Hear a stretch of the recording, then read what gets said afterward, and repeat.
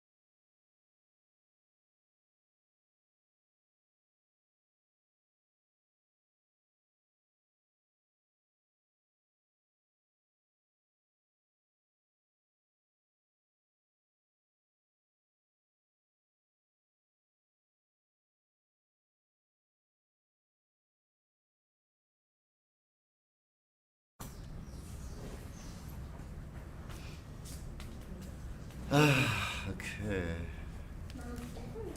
Are we live? Yep, should be good.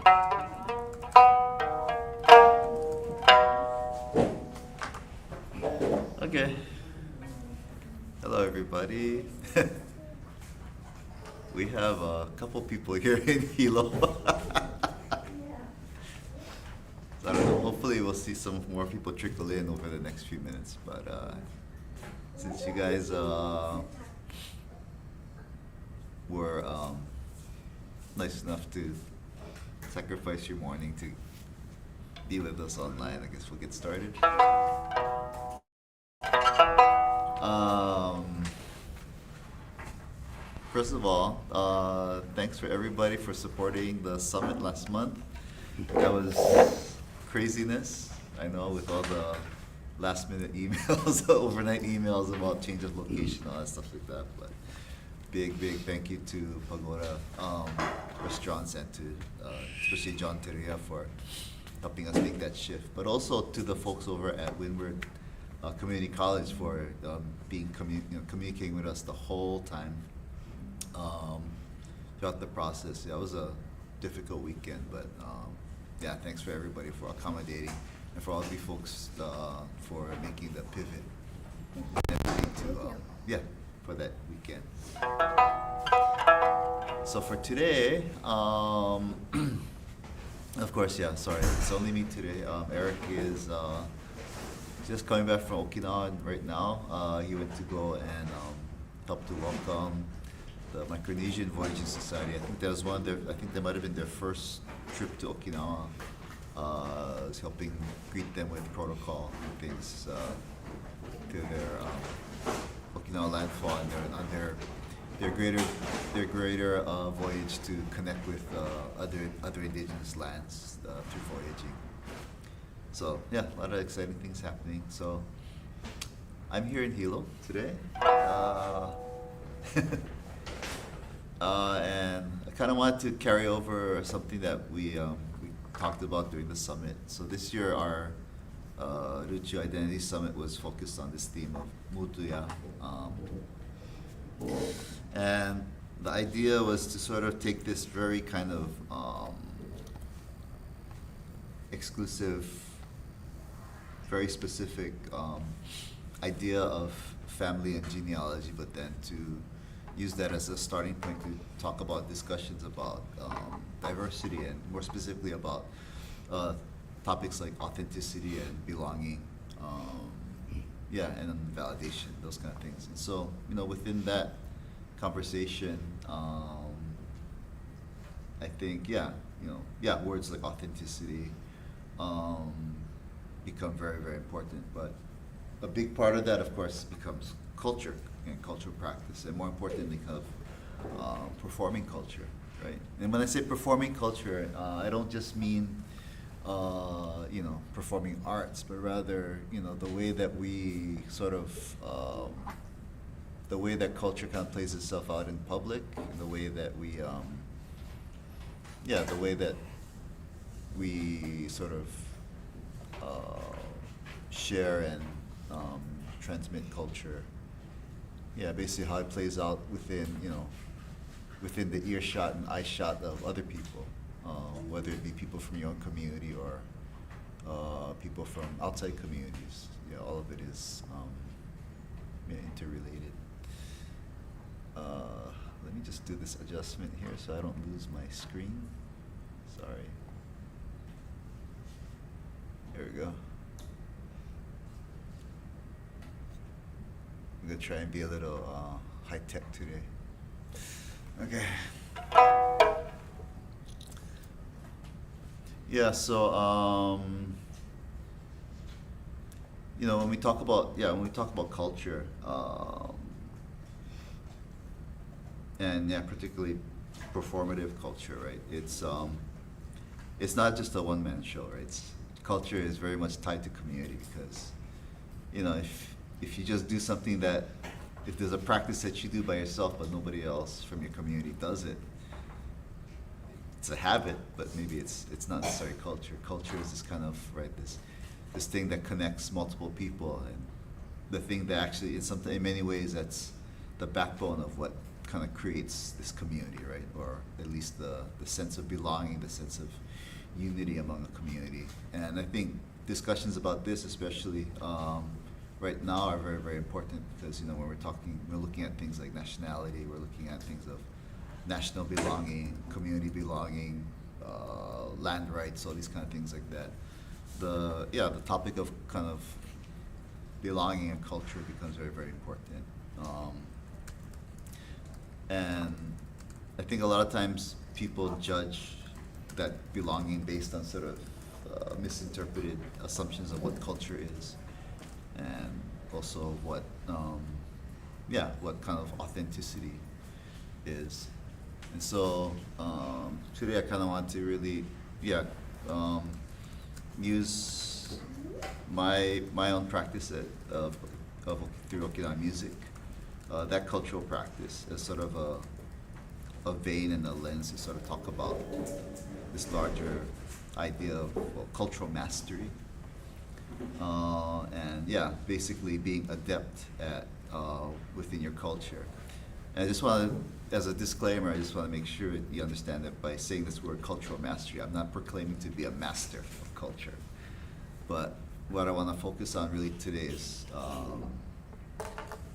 not showing you that how good I am at culture, that I'm an expert at this, but rather I want to walk you folks through the sort of the process and the process of learning, of being engaged in this cultural practice, and more so importantly, the practice of being engaged in a way that with this aspiration of being a master. So I don't consider myself a master yet, and the ironic thing is the more mastery you get at anything, the more you realize how much of a master you're not. And that's the great irony, but that's also, I think, a good indicator if you feel like you don't know, and there's so much more that you need to know.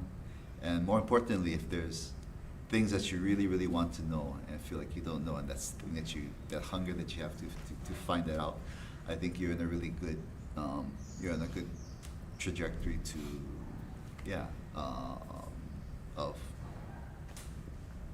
I don't know if you ever achieve mastery, but in a good direction of striving for mastery and cultural mastery. So that's the thing, right? When we look at culture and community and the things that ties a culture to community, it's particularly a difficult discussion when you're talking about communities that have gone under assimilation. And so, like, for our Okinawan communities, right, in particular, like our diaspora communities especially, we go through multiple layers of assimilation, right? You know, there's the original assimilation of when Japan took over Ryuchu, that sort of pushed for Japanization of Ryukyuan people and Okinawan people. And then coming into place in Hawaii, this at that time, this sort of the plantation experience and all like things like that, right? The layers of discrimination from white society, from the growing sort of the growing tensions between the Uchinanchu and Naichi people, right, in Hawaii. And then later on, just the development of local culture and how we fit into, you know, being quote unquote local, you know, being non-native Hawaiians in native lands. All those things. You know, some of the process of assimilation are, some of them are insidious, and some of them are very perpetuate through violence, but some are sort of natural kind of processes that happen just because of the circumstances that we're in. So, but when we go through these sort of different processes of assimilation, then the past becomes something very important, right? Because there's this point at which you look at sort of where that break for that sort of quote unquote authentic, I guess, I don't know, identity that you had. So for like Okinawans, for example, like at what point did Okinawans become Japanese or considered Japanese? At what point did our cultural values lean toward a certain way that maybe was different from what our ancestors were? Yeah, and you know, people will make the argument that Okinawan culture is exactly what it should be today. And yeah, that I think that question is up for debate, and it's something that we should actively debate and consistently talk about. But nonetheless, when you have these assimilation that goes on with these groups, right? There's always a question of how much of your authentic self is left versus how much was actually overtaken by these outside influences, right? And if through that process was that a natural kind of organic process that the community itself willingly participated in, or was it through violence? Was it through coercion? Was it through just things that necessary that the community itself didn't exactly know what it was becoming in a way. So in those points, then you know, you start looking to the past at this, and sometimes it gets romanticized, right? Like that, oh, you know, before people were way more Okinawan, now everybody's Japanese. You know, it's not that simple. But the past does become important because when you start looking at when you start understanding the things that kind of spurred the assimilation, the things that spurred some of the erasure of certain cultural practices or certain ways of being a certain way, you start to look for that point before that happened, and what were our people, what were their attitudes, what their way of life, what were those things before these things happened. And it's an important tool to use to sort of reconstruct a certain sense of identity, a certain sense of the way that you exist in the world. But the danger becomes that sometimes you get too stuck in that past too, that if you don't understand what it is that you're looking for, that basically it's like, this is the way that our ancestors did it, and this is the way we have to do it because there's no other way. And I think one of the goals of sort of having cultural mastery is to be able to discern what is the tools that you have at hand, what are the tools that you have available, and more importantly, how do you use those tools to create something that's usable and meaningful to your situation right now, right? With the caveat, of course, being that it's not, because this is a community activity, this is a community effort, it's a community identity, that without the danger of falling to this thing that believing that creating something right now that's usable right now means basically making things up too, that making things up out of the air that's convenient, making things up that fits maybe some uninformed vision of what it is that you're trying to do. So mastery is sort of taking all these different types of different knowledge, different experience, and turning those into tools that help you to kind of create this idea of sort of what your authentic culture, what your authentic community should look like. And it's difficult because there's so many, and especially a lot of island cultures, I think in particular, there's this thing where there's so many right ways to do a certain thing that you can't really say what is the right way to do it. Like, this way is acceptable, this way is acceptable, but the one thing that is in that process of being able to sort of identify these different right ways is that somehow we always know that when we see something that's wrong, when we see something that doesn't quite fit, we're able to tell right away that these things don't fit. Yeah. So it seems, and sometimes by Western standards, it seems like that, it gets interpreted as not really knowing what you want, because like how come you can only identify what's wrong or what's not, doesn't fit, but you can't identify what it is that you want, what it is that you need. So what I want to talk about today is kind of how do you kind of negotiate that process, and how do you, among this idea of having so many different ways of being right, how do you find what is right, and also among that, then how do you not fall into the category that if there's so many ways of being right, then then basically anything is okay. And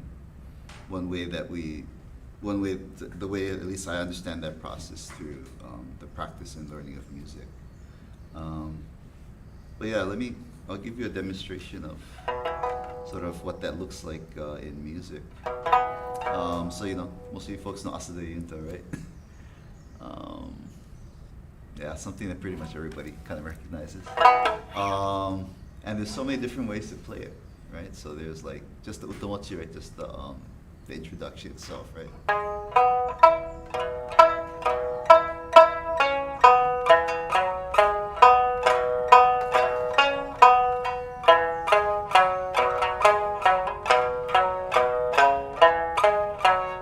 Okay, right? There's that. There's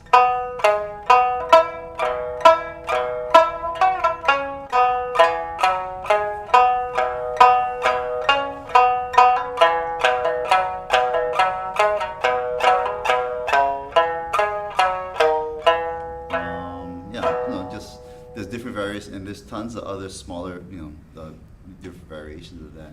Then when you get into the song, right, the singing part,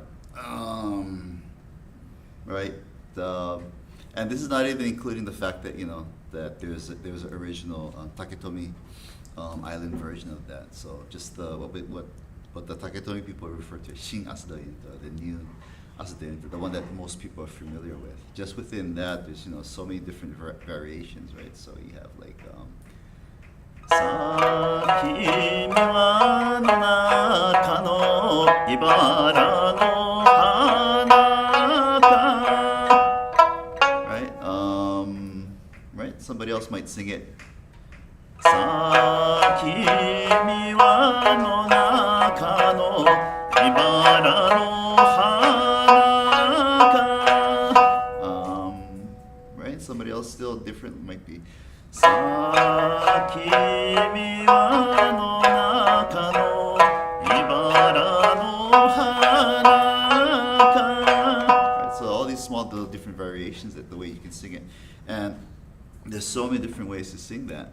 So, especially for people that are just starting to learn, right, it becomes difficult. It's like you start to ask them, what is the right way? What is the traditional way? What is the real way to do it, right? And the answer is that there is no necessary right way to do it. There's all these different right ways to do it. And so, in many cases, right, there's a lot of basically right answers to that. But the easier way for us to teach that is that we, within this scope of what's the right way to do it, there is a wrong way to do it too. So if I were to sing like this, right? Sa kimi wa no naka no hibara no hana ka. Right? Somehow that doesn't sound really Okinawan, right? It sounds It's a Japanese version. Yeah, and so when you're used to hearing Okinawan, so the other three versions I did, it still sounded okay, right? It didn't sound wrong, but then somehow this version sounds wrong, and maybe for folks who've never heard us do it before, it's like, what was wrong with that version?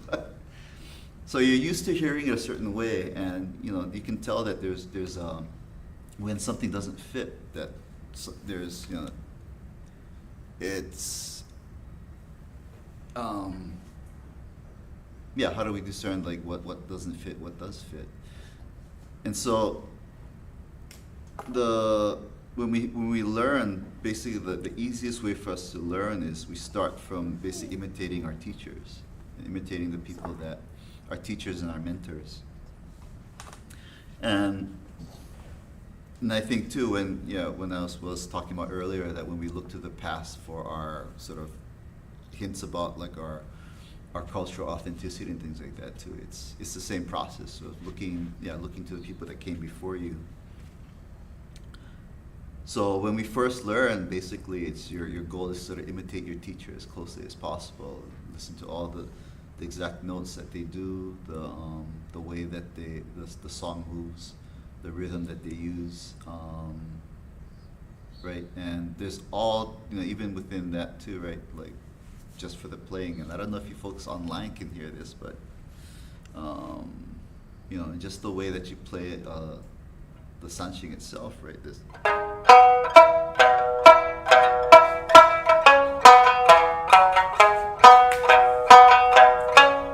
Okay, it sounds pretty traditional, right? But there's also softer versions that you can play too, right? Right? Right.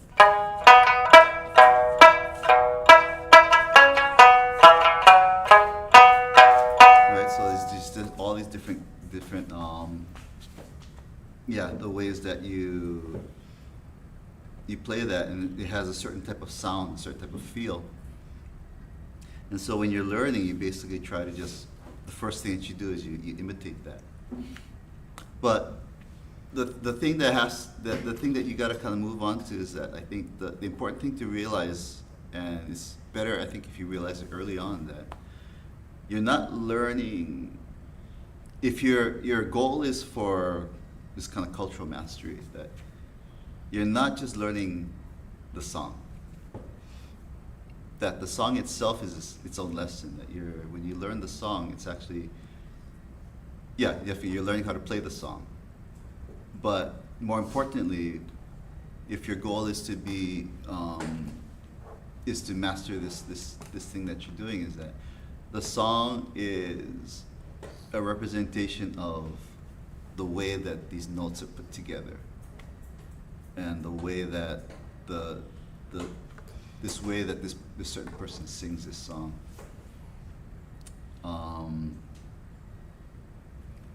And that the way that this one person performs this song is the system of putting notes together, and then the understanding that there's other ways of doing it as well. And so if you understand this one way of doing it, it opens yourself up now to understand that the other different ways of doing it. But you always have to have a starting point. And so it's, in many ways the easiest way to have that starting point is just to kind of mimic and to copy, and then to be able to do it yourself the way that you hear it, the way that you see it. But when you do that, it's like you can't be just enough that, okay, I can play the song exactly like the way my sensei played it. I'm good. So I don't have to do that song. I don't have to do anything else. As long as I copy what this person did, then I should be fine. No, it's the song itself is it should be teaching you that the song itself is sort of a method, right? And you're learning this method. And once you get good at learning this particular method, then you start to be able to see that there's different ways that you can expand on that method, right? And this is the same with any other kind of practice, right? If you're talking about cooking, you're talking about growing food, growing plants, painting, any other visual arts, right? It's that same process that you learn a certain kind of technique, you learn certain techniques, you learn certain systems of doing it, but then as you do it, then you start to realize that there's openings for you to try different things and to explore different different ways of that exploring different techniques and stuff without changing the core practice of what you're doing. And so if you can start looking at songs themselves and not just, I mean, initially the process is overwhelming, so I wouldn't recommend you stepping into that mode right away, but eventually once you understand that once you're able to get a good grasp on the song, the way that your teacher plays it, that there's something beyond that, and then that process is never ending in that sense. And so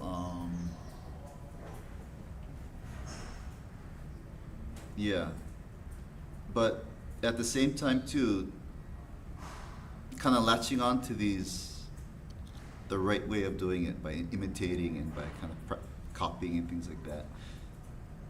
As you're doing that, you also have to start understanding like what are sort of the places that you don't go to, the sort of the limitations or sort of these wrong, the wrongness, I guess, of it. And for me, the easiest way for me to kind of understand that is if you think in terms of scales. So those of you not familiar, music works in, there's different sets of notes that kind of make up, right, the way that certain songs sound like, right? So, okay, now we have a few sets of notes, right? So like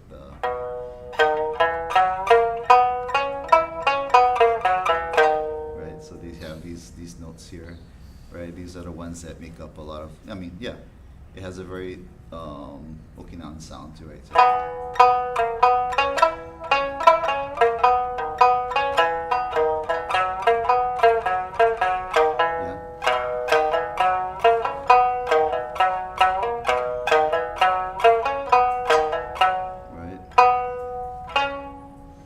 So, these are all part of that same scale. So this same set of notes, just arranged differently, that make up these different types of the way that certain songs sound like, right? And we have other ones, right? They're different scales, different sets of notes, but still identified by Okinawan.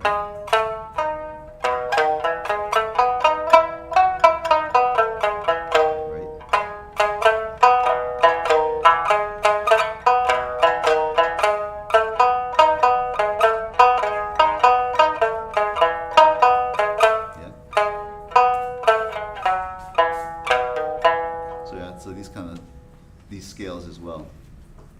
But the way that we remember scale, or at least for me, the way I use scales is there's all these notes, there's this set number of notes that you use to kind of create this type of music, right? To create certain songs or to play certain songs. But especially on your sanshin, when you're in this certain scale, there's certain notes that you don't play, because otherwise it's not within that scale, so it doesn't really fit, right? So, so you have all these notes on your sanshin, but you don't use all of them all at the same time, right? So right, something like if you have a familiar melody.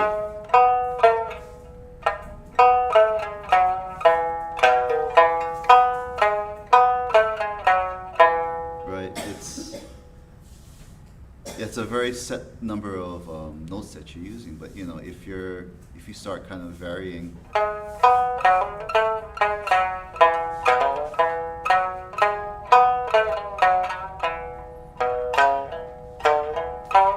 there's all these other notes that really don't fit into that scale, and so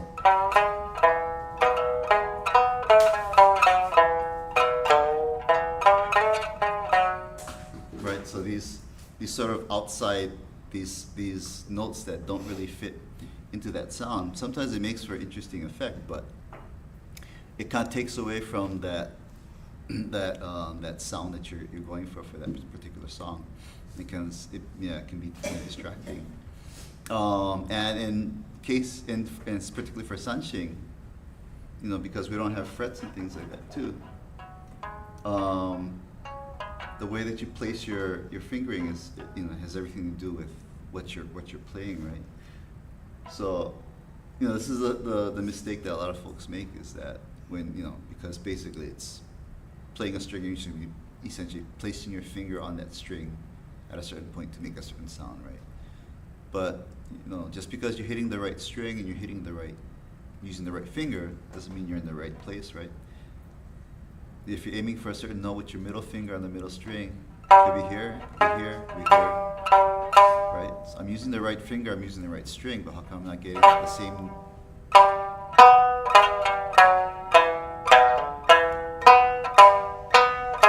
I'm playing all the right fingers on all the right strings. It doesn't sound quite right, right?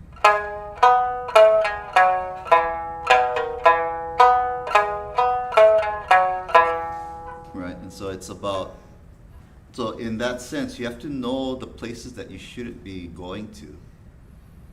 Otherwise, right, this note doesn't really fit. So my finger doesn't belong there. This is the note that fits. So this is where my finger should go. And in playing this song, then these are the places that my fingers should be going. And your fingers could go anywhere on the neck, especially because there's no frets. You can press anywhere that you want. But in doing so, then you break that. You're working outside of that set of notes that make that song, right? And so the scale kind of becomes almost like rules for that particular song. If you want the song to sound a certain way, you have to stay within these particular notes, right? If you're playing a different type of song, right?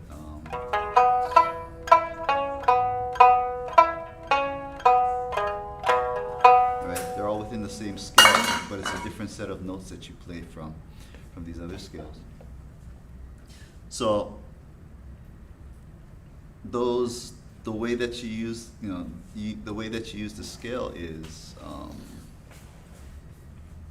The scales itself become sort of like these rules that you work from. And if you understand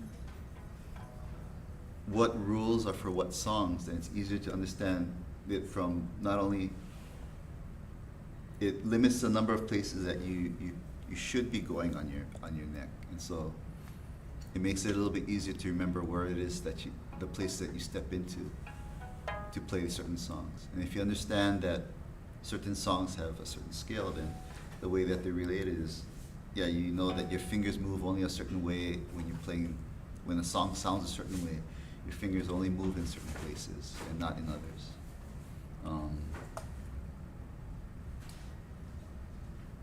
But the way that you can use that same idea of having limited places and these places that you don't play, that place that you don't go, you can use that actually for effect.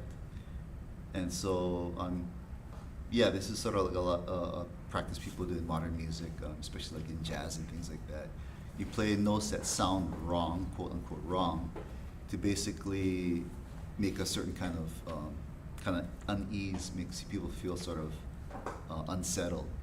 And normally we follow it up with having it kind of resolve to something that sounds familiar again. So it creates this contrast basically between what you expect and what you get shocked by this thing that you don't expect, but then you get pulled back to a place that's familiar again.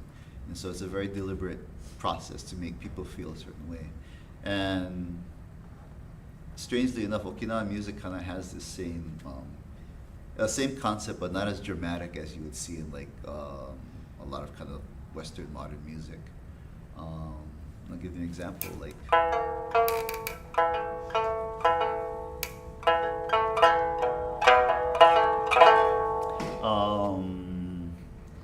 Let's see. There's a song called Natsukashiki Furusato, and so there's a part in the song where,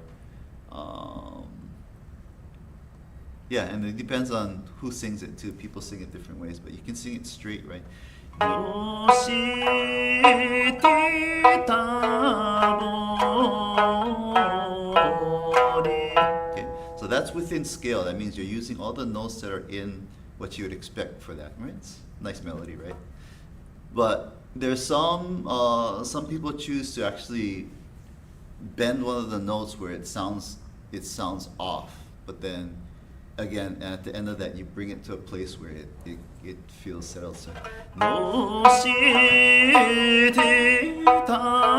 so right there, that bend. No so without it, with it. No so when you have that bend over there, it's not in the set of notes that you're playing the song in. But what that does is that bend kind of, it makes you feel uncomfortable. No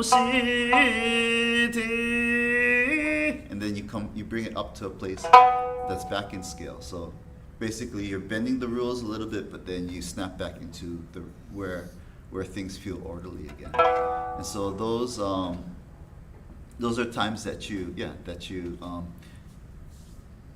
need to actually understand the rules in order to know what it is that you're breaking. And when you break those rules and when you bend those rules, you can create a certain effect that you want. And so that's one aspect of mastery too, is that if you don't understand the rules, or if you just break rules without understanding them, then basically is that really a skill? To me, that's basically just luck, right? If it turns out okay. And of course, a lot of times when people, especially in music, if you're breaking rules without understanding what those rules are, basically that's the stuff that we constantly have to correct you on, right?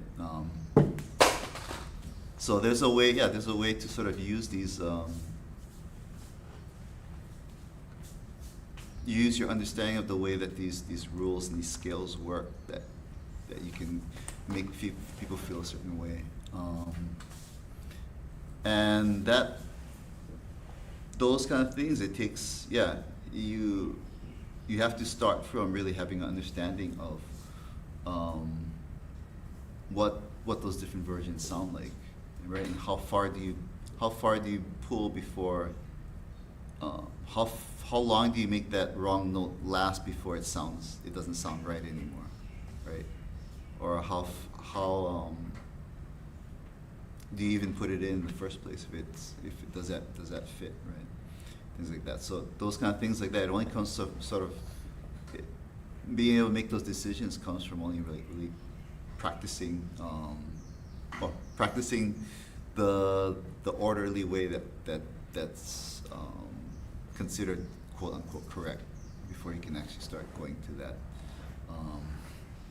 that area of sort of I guess almost experimentation.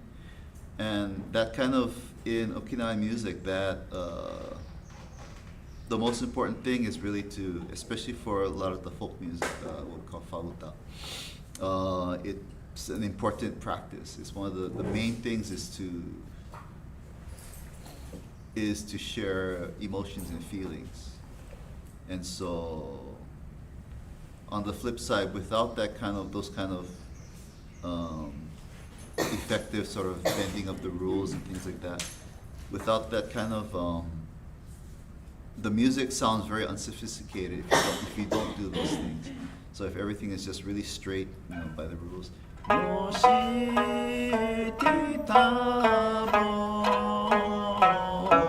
Right, everything sounds like it's in place. It sounds like where it should be. But for the Okinawan ear, it doesn't sound sophisticated enough. It sounds kind of childish. And so, culturally for Okinawan music, we're kind of expecting these sort of, I guess, surprises or these sort of unexpected kind of quote unquote rule breaking. But in a larger sense too,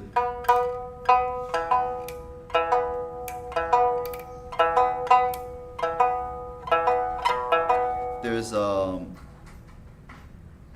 the question you have to ask is when when you're breaking these rules or when you start bending these rules, what is the context that you're doing it in? And sometimes you, especially well for the music, yeah, it's always a question of basically what it is that you're trying to accomplish. What is the purpose of what it is that you're doing?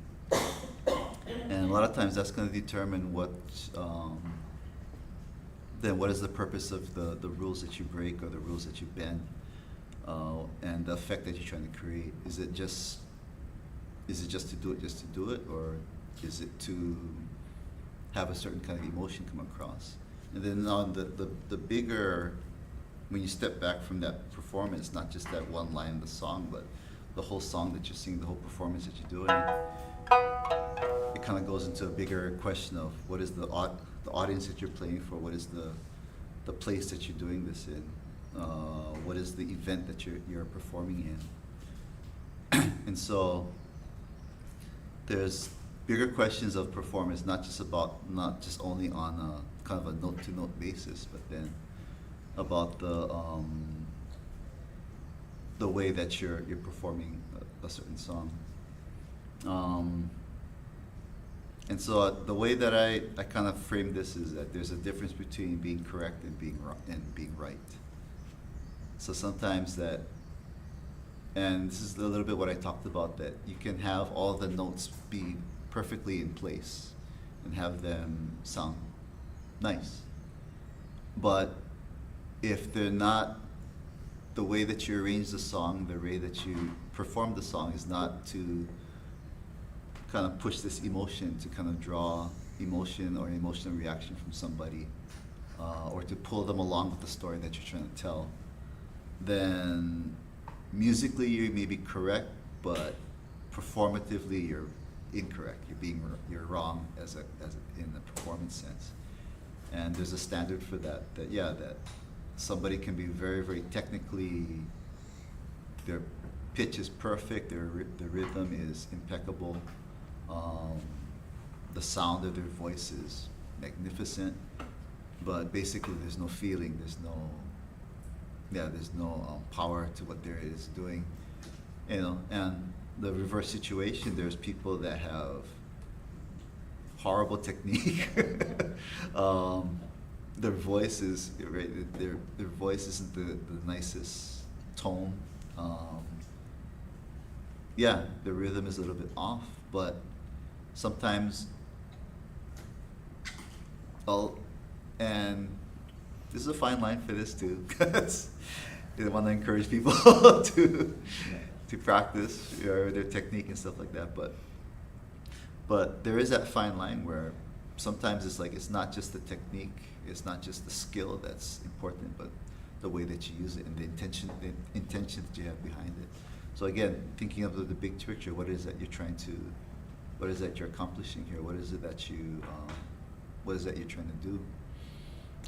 And the best example for me for that question, sort of a bigger context, is I always tell people this story that so my sensei was, when I started learning from him, he was already old, and by the time he passed away, I'd been learning under him for like almost 20 years. So and he performed well into his his last performance, I think he did public performance, he was in his 90s anyways, and so well into his 80s, he was still perfect tuning and all that stuff. But once he started getting to his 90s, started slowing down a little bit. His tuning and stuff wasn't always on, and so there was and it happened at practice a few times, but then also during performance, basically, for whatever reason, we had tuned up before, and then in the middle, right before we started, when we started playing the song, basically one of his strings were off, and it's not like you can stop everything and just retune, right? And so we know that we use the tuner and everything, so we know that technically our tuning is on. It's his tuning that's off. But what do you do in that situation? The song is already going. So the thing is, right? Sometimes it becomes almost a battle of wills, right? It's like, okay, I know I'm correct. You know, my notes, my tuning is correct. But what people are hearing in the audience is these two instruments are clashing, right? And something's wrong. They don't know who's wrong, but something doesn't sound right. And so now when you think back to what it is that you're trying to accomplish, are you trying to show off that you have perfect tuning, that you know exactly what you're doing, you know how to use the tuner? Or are you there to have the audience hear something that's meaningful to them? And so if you know that you're off, if you know what the problem is, the only other way to fix it is, sometimes the way to fix that problem is you have to be wrong with that other person. And so in that instance, right, I basically just had to detune, I had to make my tuning off from what my sensei was doing. And at the end of the day, once we did that, you know, it's bothering me the whole time because I know this is the wrong note, it's the wrong note. But at the end of the day, both of us are together, we're wrong together, so what the audience hears is just that these two instruments are now in sync, and and the song goes on. And at the end of the day, nobody really notices. I mean, people that know the music do. But again, you have to ask yourself that question, right? Is it what it is? What is more important in that situation, right? Is it to be right, or is it to be correct, or is it to actually make this performance work the way that you want it to? But there's also a flip side to that, that sort of accommodation as well. And so the latter part of my sensei's career, of course, you know, a lot of his old time students, they aged well with him as well. And so by the time I was there was a point where we had to practice intensely. So I was going to the studio maybe about twice a week at some points, you know, for a few months at a time. And so, you know, in a room of here like 12, 15 players, and on top of that you had other instruments like koto players. And in that place basically, and these are group practices, but we went there to practice certain songs that we were gonna, as a smaller group, we're gonna perform by ourselves. So it wasn't that we were performing with the whole group, but we were practicing with everybody. And so if you play koto, if you work with koto players, you know that that's the hardest instrument to tune and to keep in tune. And even sanshin with just 3 strings, even that too, it's hard for people to keep that in tune as well, especially if you have so many people. And so basically it just became an accepted fact that if we're going to play this, you're going to hear all these out of tune instruments together with you. And on top of that, you know, again, most of these people that were practicing, they were there to practice, just to practice for whatever reason that they came to practice, and they weren't practicing to perform with us in this performance. And so their goal wasn't necessarily to be perfect as a group, right? And so the rhythm is off and the tuning is off. But what happened after a while is that, so after this, I think it was like a 2-month period that I was doing these intense group practices. And then I had to record something for somebody, so just by myself. So I recorded in fact, it's one of the pieces that we were actually doing during those practices, and I recorded it. And when I listened back to it, it's like I didn't realize I was this bad. What had happened was that I had my tolerance for what is correct tuning, what is correct rhythm, it got lower. And it fit the group too much, and so my rhythm, my timing was off, and my tuning was off. And so I had gotten too used to accommodating this group too. So that's the other, that's the flip side of it too, is that you have to be careful about the standard that you set for yourself, or the rules that you're willing to bend. Because if you're too used to bending the rules all the time, you kind of lose track of what it is that what the proper rules for the music looks like after a while. So it's just something you need to be careful about, because you ask any of, and like especially those of us who were in those practices together, and basically almost any other musician, you ask them, like, you walk into the room and you can hear all the wrong notes and things like that, and you know, maybe the first couple times you're playing the song, it sounds terrible, but then usually, like, within about after about 5 to 8 minutes, everything sounds okay. And it just doesn't sound that bad anymore. So it's this weird kind of phenomenon with that happening. But the important lesson for that is that awareness, and having that awareness of what is sort of, well, number one, like, what doesn't sound right? But then also number two is identifying what's sort of wrong with what's wrong with the sound, or not what's wrong necessarily, but what's different about what it is that you expect and what you're doing. Because I'll give you another example too. Like when of course, you know, when I first started playing music, you know, my expectation was everything should sound technically perfect, right? And so my early experience with classical Okinawan music was AM radio and these kind of homemade recordings from these masters, right? These masters that were in Hawaii, but then, you know, a lot of these guys, they weren't professional. They didn't have, you know, access to professional equipment, things like that. So these really scratchy recordings, sometimes you hear dogs and birds in the background that they recorded from their, you know, from their living rooms, basically. And these were being played on the radio. And to me, it just sounded so horrible. It's like, what is this? This is terrible music. I didn't want to listen to it.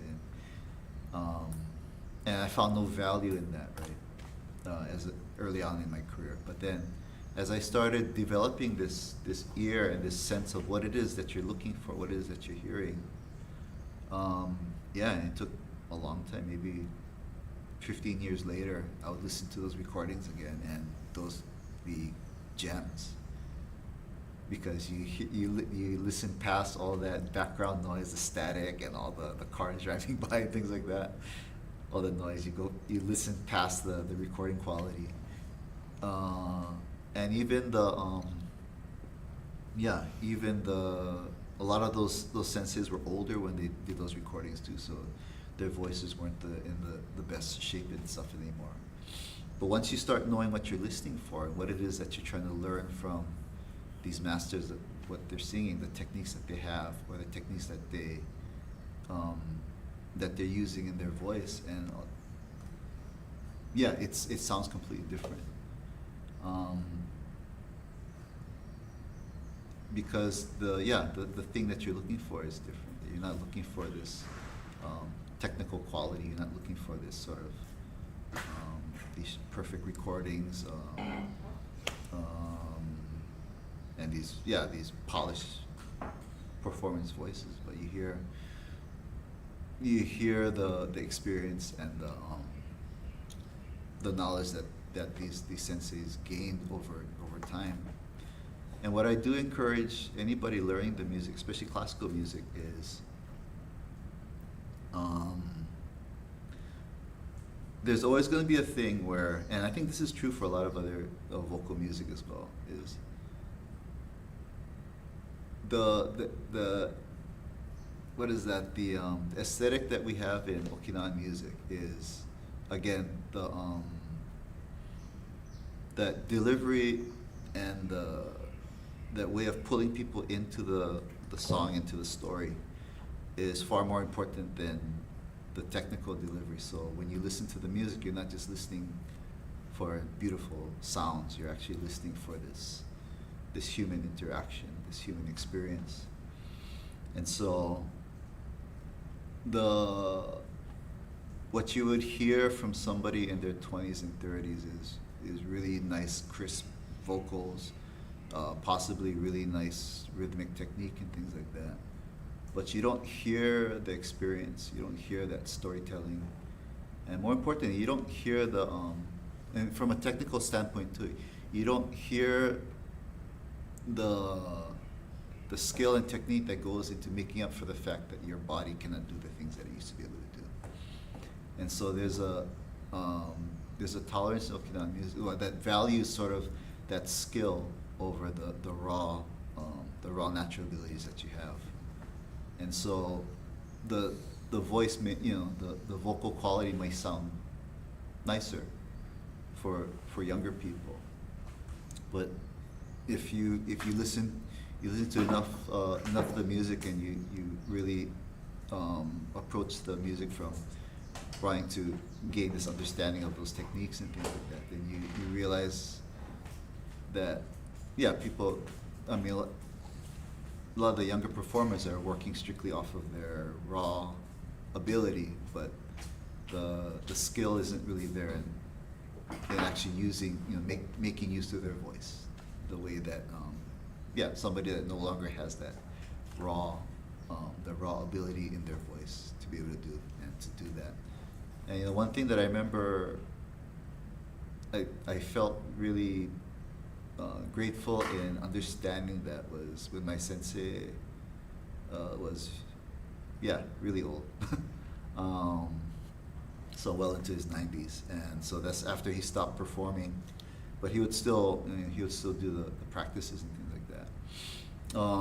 And particularly after there was a certain point where he had fallen down and his health was sort of in decline, and so his voice he wasn't able to sing as powerfully as he used to. But in his inability to be able to sing the way that he used to be able to sing, and he'd be missing notes. His notes would be off. He wouldn't be able to hold his notes. Certain parts of the song would just cut out because his voice wouldn't come out. But that gave me an opportunity to actually really study his technique, because you could see what he was trying to do. And when you hear what he's trying to do, it's like, as somebody who's still learning how to accomplish what he had accomplished as a singer, you start to see what it takes to actually mechanically, technically, what it takes to actually make the sounds that he was able to make before. And so even though it's not coming out now, the way that the effort that he was making, you could see the parts of his body that would move, the parts in his lower waist, his posturing and things like that, all the sort of the mechanics of the physical parts of what he would do to actually sing the way that he did. And so, of course, it was at that point, 94 years old. At that point, right, it's like your body's not going to be able to do the things that it used to do, definitely. But you could see I was able to see the technique that he did, and I internalized a lot of that, and that helped me to kind of at least be able to start to emulate at least a lot of the things that he used to be able to do. And more importantly, it also kind of opened up my ear into sort of listening to, like, okay, he's not singing, it's not, obviously he's not singing the song the way that he used to be able to sing it. And of course, I knew I was with him long enough to see both sides of that career, where in his 80s, in his prime, in his 80s, and when in his decline in his mid 90s. What album was that? I have one of his older albums. I think after he had like some kind of throat issue, or like he was pretty elderly at that time. But that was one of my favorite albums, I think. Yeah. So actually, that album Grant was talking about, that was I think he was 87, 8 when he did that. It was right after he had throat surgery. He had some polyps removed. And so actually they were talking about like they were really concerned. They had it was recorded in his home, but an engineer came in, so they had all that booked ahead of time. And so they were talking about rescheduling, because it was, I think the recording started maybe only a few weeks after he had that surgery, but he insisted on doing it, and it came out okay. And apparently what I was told was before that surgery, he couldn't really sing much, but I mean, he recorded that whole album, and a lot of it was like single takes. So that was amazing too. But I think that moment of seeing him struggle to kind of get his voice out too, it helped me kind of develop this ear to basically to hear the things that weren't there anymore. That it wasn't the sound that he used to have, but by hearing the places that his voice would cut out, you could kind of tell, like, this is sort of the threshold between what is his technique and what is his natural abilities. And so by hearing that, it helped me kind of develop this ear to sort of listen for that. And on the flip side, for me as a teacher, what that helps me to do is it helps me to identify now, like, what is the in my students who obviously have especially if they have the natural abilities to do that, then you're able to hear the potential of what their voices can be, or what they can sound like if we work on certain things, we work on certain techniques and things like that. So that gave me but that experience basically gave me this much deeper appreciation of not only of the process, but then also of appreciation for how much how much dedication that my sensei had put into his craft and the art of doing that. It was that road of gaining that appreciation for classical music started from this, listening to scratchy recordings and hating it, to this point of kind of going full circle for listening to this voice that no longer comes out, but being able to appreciate the beauty of the technique in that practice. And so, what is in a sense, to me, what kind of cultural mastery means is, I mean, at the end of the day, when you come down to it, you learn to realize that you don't know anything. That the more you know, the more that you understand, the more that you see and hear, the more you realize how much you don't know. And so it's the ironic thing, like I mentioned earlier, that road of mastery means that you're always going to not feel like a master. And I think that's a healthy thing. It's a good thing if that's the case, because what happens is the more that you learn, the more that you experience, the more that you do, you understand what it is, the small little things. You get to see the things that most people don't see, that don't hear. And you understand that. And when you can hear that outside of yourself, then you understand that, hopefully you understand all the things that you're not able to do yet, that you should be doing, that you want to be able to do. And I think it means, that knowing what you don't know, but then the other side to it is, it's not just pure ignorance, because it's not just knowing what you don't know, but it's also about being able to have the tools to be able to fix the things that you don't know. That you identify the things that you don't know, but it's like you also develop a toolkit to start to say, okay, these are the things that I don't know, these are things I can't do yet. These are the things that I can do to get this knowledge or to get this skill. And this is the things that I have to work with. And these two sides of it it's interesting because, they feed off of each other, because the more you experience, the more you see, the worse you feel about yourself, the things you can't do. But then that also adds to your toolkit, just like my experience with my sensei of seeing the things he wasn't able to do anymore. That added to my toolkit of what are the things that I can do to get to the place that he was. And more importantly, having that awareness, having that knowledge, it again, if you focus on, you step back and think about what it is, what's important, what is this thing that you're trying to accomplish, and being very honest about, being honest with yourself about that. You know. That helps you to kind of, yeah, focus in what it is that that helps to feed the idea of what are the things that you need to work on, what are the things that you need to know, and what are the things that you don't know yet that you need to find out. And that process hopefully gives you the humility to do that,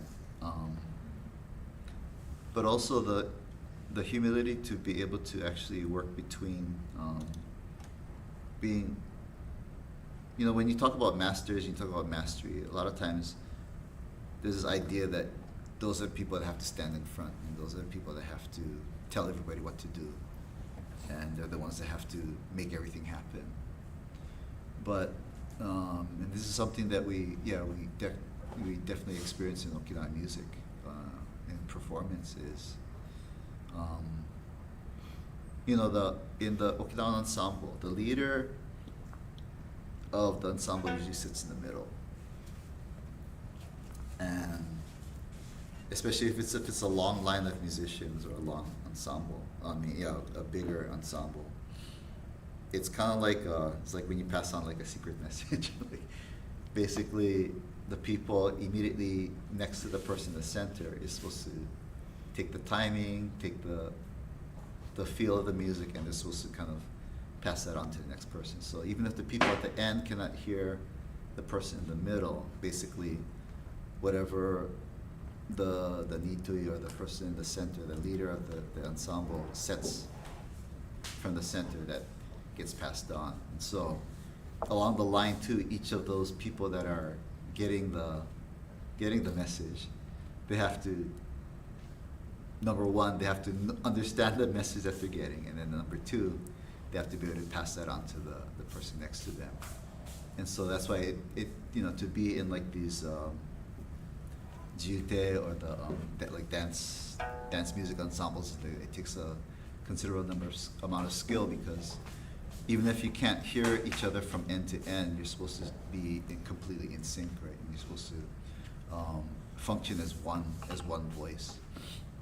And so I always tell my students that when you're practicing, right, there's always three voices that you're listening for, or three sounds that you're listening for, right? And first of all, it's not necessarily in this order, but it's more of a cyclical process, but and simultaneous. So you know, you're listening to yourself, so what you're playing and what you're singing. You gotta make sure that you're tuned, you're properly tuned, that you're playing the right notes, and and all that. So you have to make sure that you're doing what's expected in that group. But then you also have to listen to the people around you, right? You have to make sure that what you're doing is not clashing with the folks next to you. And then the third thing is you're listening for is how all of that blends together. So this is especially true when you're working with voices. Everybody has different natural voice right there. The timbre and all that is the voice quality. Everyone's slightly different. And one thing I always tell people is that if you're gonna go listen to an ensemble, don't listen to an ensemble of the best teachers or the most popular teachers, because they're gonna sound, as a group, they're gonna sound horrible. And the thing is that because so many of them are so used to being the one that everybody else follows, that they forget how to blend back into the group. So I always say that if you want to listen to a really nice ensemble, always listen to like the mid-level guys, because they're the guys that still, they don't have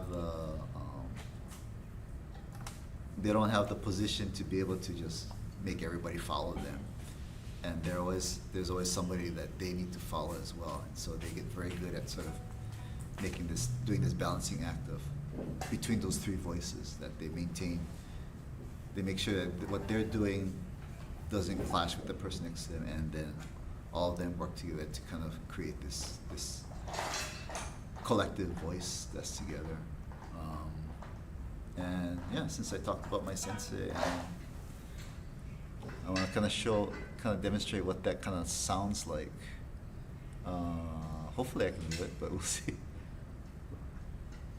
So I'm just going to play this.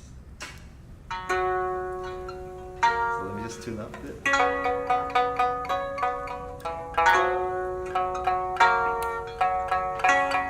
gotta make sure I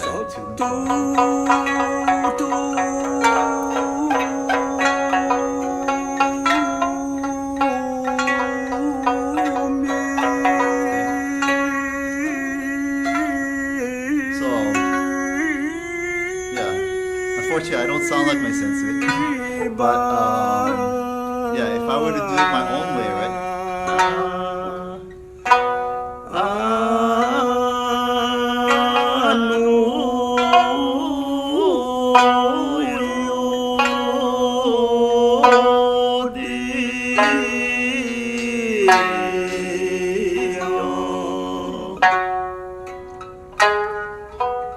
So if I don't pay attention to what am I doing to match him, if I'm not interested in that third voice, then you can hear both of us separately, right? But the goal for the music is that you don't want to hear us separately, you want to hear all of us together, right? So it means adjusting even the texture of your voice, the way that you put your voice out, and then all the other things like the timing and the technique and all that.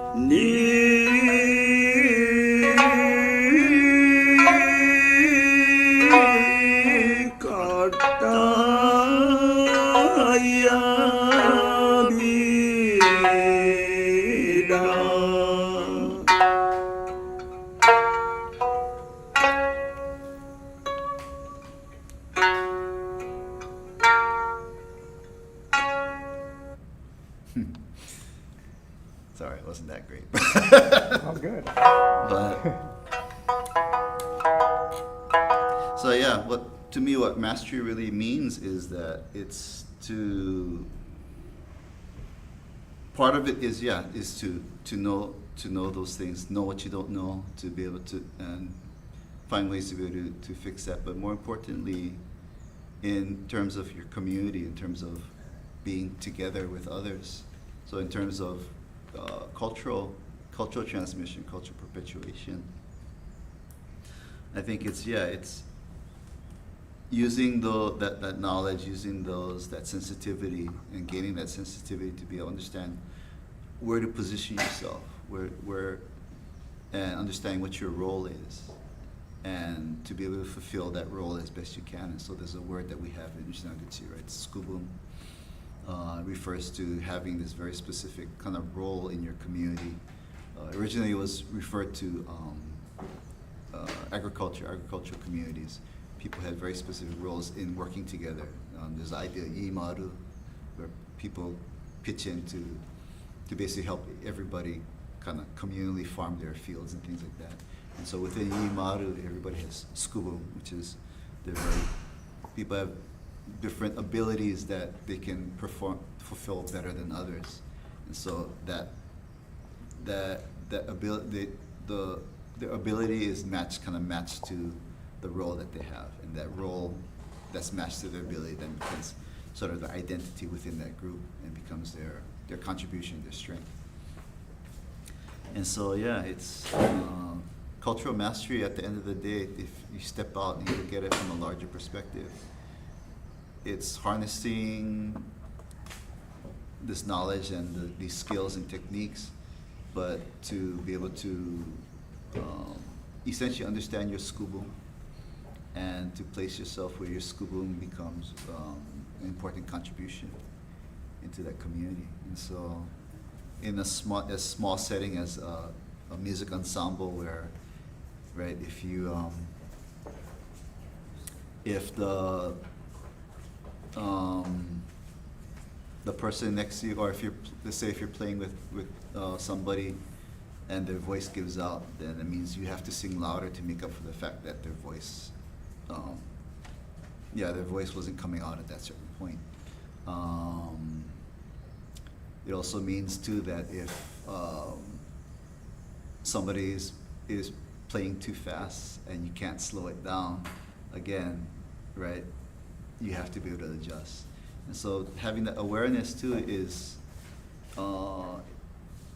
hopefully that awareness gives you this humility, but also that humility hopefully will give you the ability to understand what is your purpose and your role in that specific situation.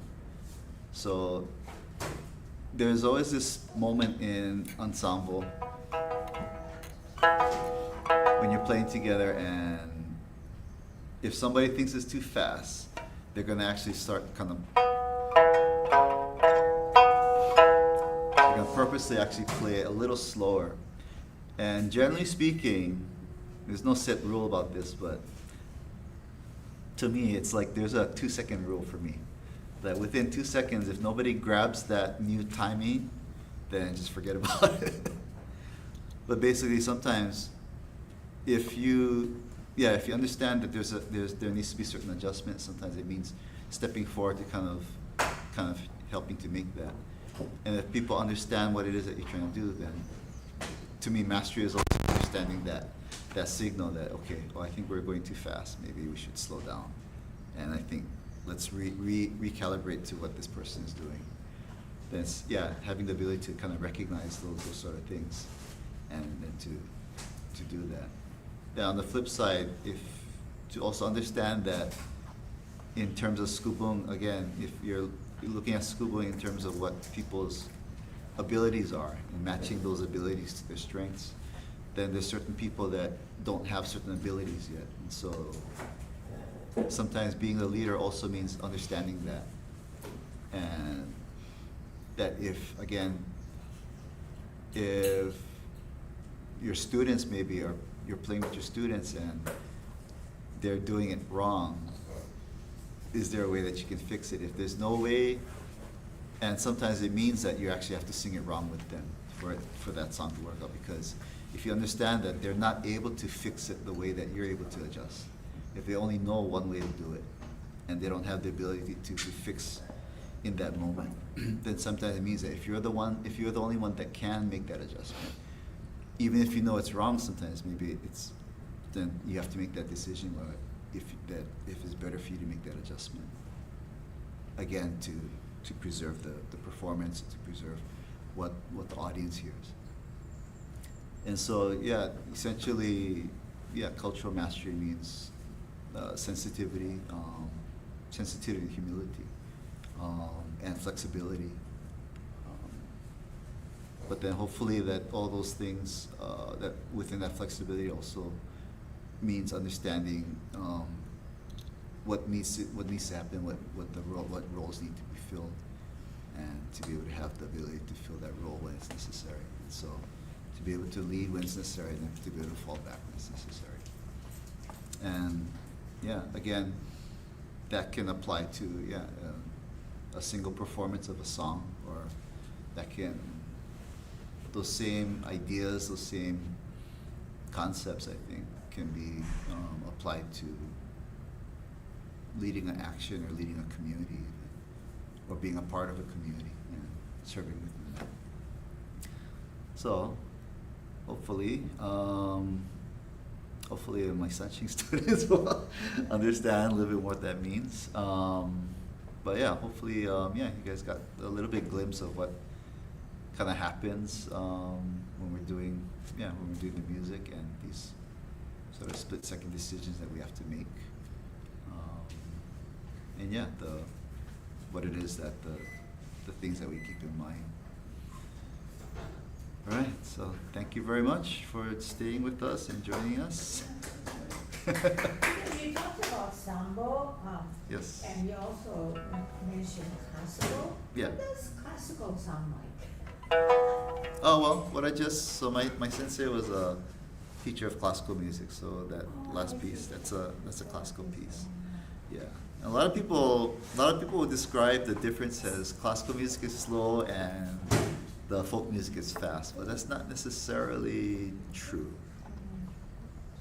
I guess more technically speaking, the sort of the canon of classical Okinawan songs is it's a fixed canon of songs that were kind of officially recognized by the Ryukyuin court. And I think, yeah, basically kind of anything else that was made after that or made outside of that, out of that condition is kind of considered like more folk music. Yeah. So there's some folk music that sounds awfully classical, and there's some classical music that sounds awfully folk. And even within the classical music too, like they did a lot of appropriation from a lot of different places. So it may be considered in its original place, or places in like Yayama and places up north in Yambaru and stuff like that. In those places, if they're still performed, then in those places they're considered their local folk music. But if it's been appropriated into the canon of Ryukyuin classical music, then by that standard it's also considered a classical song as well. Do you have a group? Do you sing, you perform? I mean, this is very interesting, you know. I'm Yeah. here because I'm interested in what's going on in my community. Oh, yeah. Well, I mean, this. You're a teacher. Yeah, yeah. So yeah, I mean the group that we facilitate this workshop, Ukwanshin Kabudan, we're So how many people do you have, for example? Give me an idea. Students. well, we're kind of unusual. Well, we don't have like a membership per se. Yeah, we do. So we do these workshops and we do classes. So like here in Hilo, we have for like the Sanshin workshops, we have about 5 or 6 people that come regularly. Oh, I see. Yeah. Back in Honolulu, we have a handful of people. But we do other workshops and projects and stuff that can be up to 100 people, 200 people. This is just like Jane, she has this, taikoya, so you Yeah. know where they are. Yeah. Yeah. So, very interesting. Yeah. Thanks for joining us, and folks, thanks for joining us online as well. I know the group went to Okinawa, right, on a trip? Oh yeah, I Robert read folks, it yeah. on the, on the newsletter. So I think, Yeah, so them went from here. yeah, so we had to. Timing was a little bit off, but so next month, I think we might have to.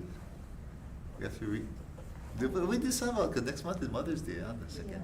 Yeah, it's already rescheduled, right? So it's Okay. gonna be the third week. Okay, third week. Yeah. So yeah, normally we're on the second Sundays, but Next month. yeah, next month. This month we had to reschedule because of marijuana. Next month we're rescheduling again to May 17th. It's gonna be the next one. Yeah. And yeah, then we're back to our regular schedule.